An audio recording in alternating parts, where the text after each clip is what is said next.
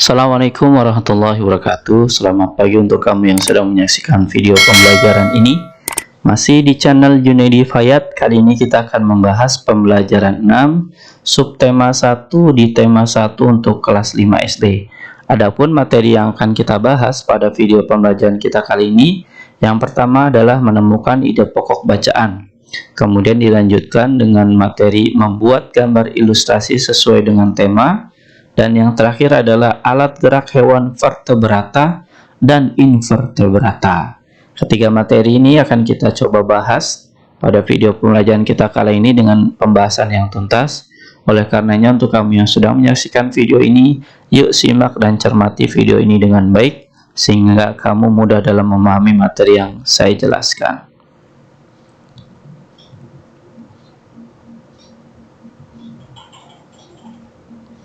Materi pertama adalah menemukan ide pokok bacaan.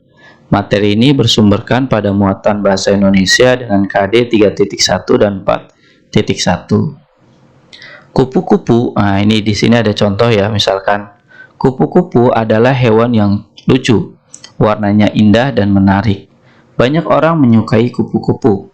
Kupu-kupu terbang dan hinggap pada bunga-bunga. Badannya kecil, namun memiliki sayap yang lebar. Nah, ini kalau kita perhatikan, ini adalah contoh sebuah paragraf atau bacaan yang kadang-kadang kita temui dalam sebuah cerita. Sedangkan dari bacaan yang tadi kita baca, maka kalau kita kita ambil ide pokoknya, di sini kita bisa temukan bahwa ide pokok dari bacaan ini adalah kupu-kupu adalah hewan yang lucu. Ingat prinsipnya, ketika kamu ingin mencari ide pokok itu biasanya berada posisinya di awal paragraf atau di akhir paragraf. Nah, kebetulan di contoh ini, ide pokok dari paragraf yang kita baca, dari bacaan yang kita baca yang terdiri dari satu paragraf, posisi ide pokoknya berada di kalimat pertama. Diulang ya, bahwa ide pokok berada posisinya di kalimat pertama atau kalimat terakhir. Ini sebuah clue yang harus kamu benar-benar hafal, sehingga kamu langsung dapat menemukan ide pokok yang kamu akan cari. Kita lanjut ya pada slide berikutnya.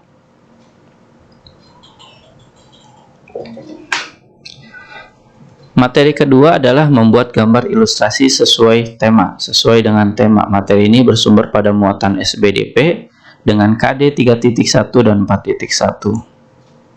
Langkah-langkah dalam membuat gambar ilustrasi adalah yang pertama, satu, menentukan tema. Jadi kita harus dulu menentukan tema apa yang akan kita bahas. Kalau temanya pendidikan, maka kita bahas gambarnya adalah berkaitan dengan pendidikan, misalkan suasana di kelas, kemudian suasana murid dengan guru melakukan gotong royong di lapangan, membersihkan lapangan, dan lain-lain. Nah, tema ini adalah tema ilustrasi yang harus sesuai dengan teks atau bacaan yang akan kamu ilustrasikan. Jadi sesuai dengan bacaan yang akan kita ilustrasikan. Jadi kalau bacaannya berkaitan dengan apa, maka diilustrasikannya harus sesuai. Kemudian adalah yang kedua, setelah kita dapat menentukan temanya, maka langkah kedua membuat gambar.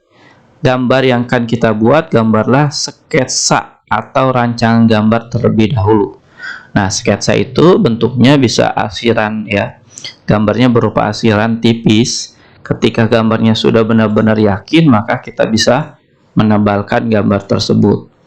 Ini langkah yang kedua. Sedangkan langkah yang ketiga, yang terakhir adalah setelah tema selesai, kita sudah dapat, kemudian sudah membuat gambar dalam bentuk sketsa, lalu kita tebalkan sketsanya hingga benar-benar gambarnya jadi sesuai dengan apa yang kita harapkan. Maka langkah terakhir adalah kita mewarnai atau memberikan warna pada gambar yang telah kita buat.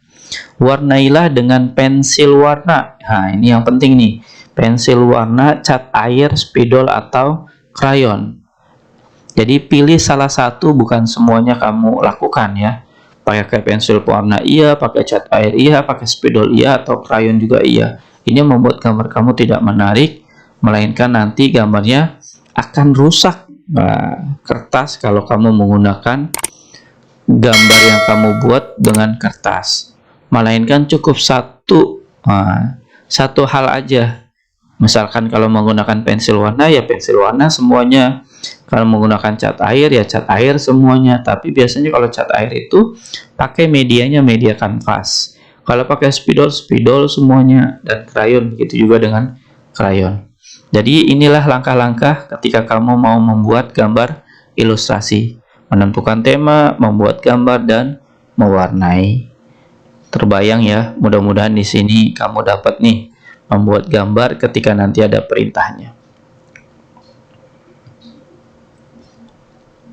Lanjut dengan materi yang ketiga, dan ini merupakan materi yang terakhir: alat gerak hewan vertebrata dan invertebrata. Materi ini adalah materi yang bermuatan ilmu pengetahuan alam dengan kompetensi dasar 3.1 dan 4.1.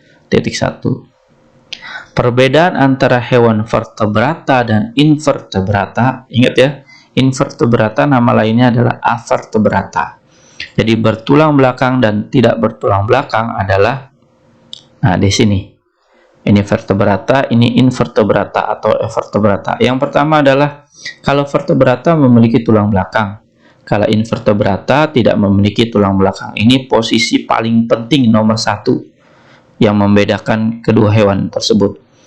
Kemudian yang kedua, memiliki bagian tubuh yang umum seperti kepala, leher, dan badan. Nah, sedangkan invertebrata memiliki anatomi tubuh yang masih sederhana. Jadi sederhana berarti bisa jadi masih kecil, kayak hewan di sini yang masih kecil. Yang ketiga adalah memiliki alat pencernaan yang memanjang mulai dari mulut sampai alat pembuangan. Sedangkan avertebrata memiliki alat pencernaan yang masih sederhana. Jadi nomor 2 dan nomor 3 masih sederhana untuk avertebrata. Kemudian yang keempat, memiliki bentuk tubuh simetri bilateral. Sedangkan avertebrata memiliki bentuk tubuh simetri bilateral atau simetri radial. Ada dua bentuknya ya, bisa bilateral dan radial. Contohnya dari hewan vertebrata adalah kalau kita perhatikan ikan. Nah, ikan ini alat geraknya kaki dan sirip. Reptil, ular misalkan, atau kadal, nah, alat geraknya kaki. Kalau ular, otot perut. Kemudian burung, alat geraknya ada sayap dan kaki, serta mamalia contohnya adalah kaki dan sirip. Nah, kaki ini misalkan harimau, sedangkan sirip misalkan paus. Paus itu termasuk mamalia. Sedangkan avertebrata contohnya kalau kita perhatikan ya, karena dia bentuknya masih sederhana, maka cacing di sini menggunakan alat geraknya otot perut. Serangga bisa kupu-kupu, bisa yang lainnya, alat geraknya kaki dan sayap. Kalau misalkan kupu-kupu berarti kaki dan sayap. Dan hewan lunak. Nah, selain hewan-hewan yang tadi, ada juga hewan lunak yang termasuk avertebrata. Siput, cumi. Nah, kalau cumi tentakel, kalau siput otot perut. Nah, ini adalah contoh-contoh dari hewan avertebrata. Dari sini mudah-mudahan kamu sudah terbayang ya, ketika nanti suatu saat diberikan gambar ya, gambar hewan, maka kamu bisa menentukan hewan yang termasuk kategori vertebrata atau avertebrata. Jelas ya di sini ya.